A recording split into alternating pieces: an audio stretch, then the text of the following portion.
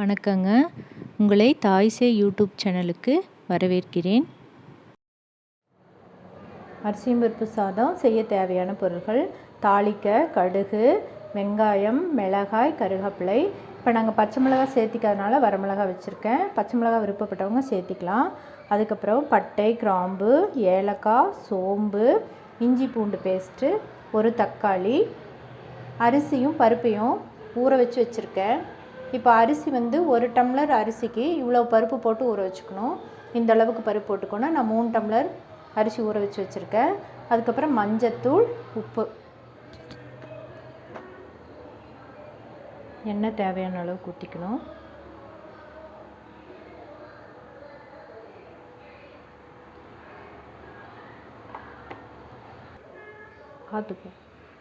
கடுகு போடணும். கடுகு பொரிஞ்சதுக்கப்புறம்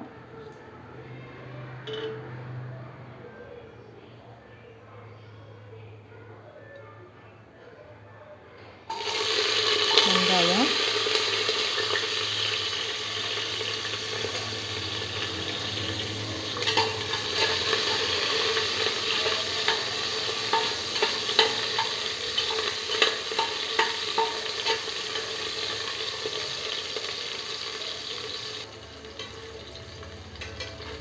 மிளகாய், கருவேப்பிலை,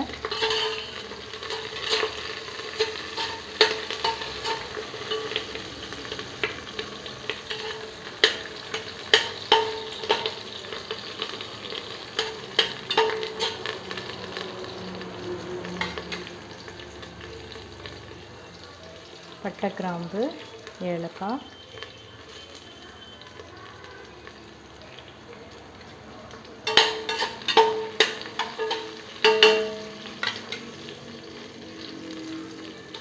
இஞ்சி பூண்டு பேஸ்ட்டு,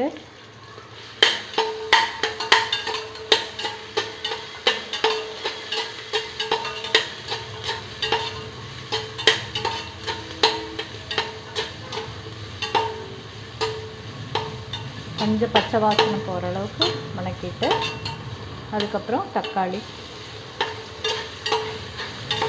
சேர்த்து வணக்கணும். அதாவது அரிசியும் பருப்பு சாதங்கிறது செய்யறதுக்கு எளிமையாக சத்தான உணவு. இதோட வேணுங்கிறவங்க விருப்பப்பட்டால் காய்கறிகளையும் சேர்த்துக்கலாம். காய்கறிகள் சேர்த்துக்கிறப்போ இப்போ பருப்பு, காய்கறிகள் எல்லாம் சேர்த்து ஒரே டைமில் சமைக்கிற மாதிரி சமைச்சிக்கலாம்.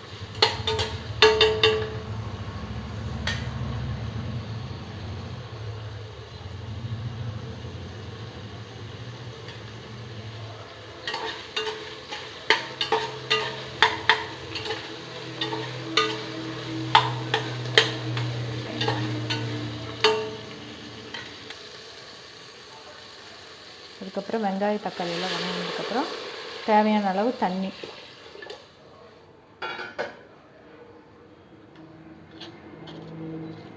மஞ்சத்தூள்,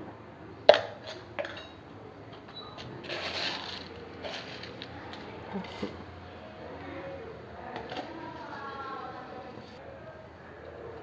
அதுக்கப்புறம் அரிசி போடணும்.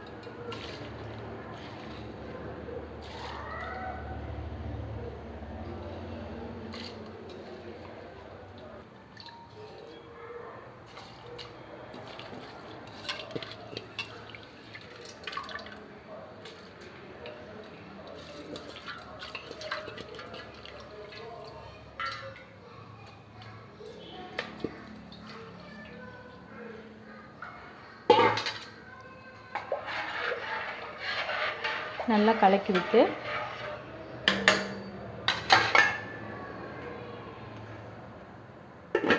எப்போது சாதத்துக்கு விடுற மாதிரி விசில் விட்டால் போதும். இப்போ அரிசி பருப்பு ஊற வைக்கிறப்போ நம்ம பருப்புக்குன்னு தனியாக தண்ணி சேர்த்த தேவையில்லை. அரிசிக்கு எவ்வளோ டெய்லி ஊற்றுவோமோ அதே அளவு ஊற்றினா போது. இப்போ விசில் போட்டு 3 விசில் விடணும். அதுக்கப்புறம் பார்க்கலாம். அரிசியும் பருப்பு ரெடி ஆயிடுச்சு. அதுக்கு நெய் போட்டு தொட்டுக்கறக்கு ஊறுகாய், புளிக்குழம்பு, தயிர் பச்சி வச்சு சாப்பிட்லாம். ரொம்ப நல்லாயிருக்கும்.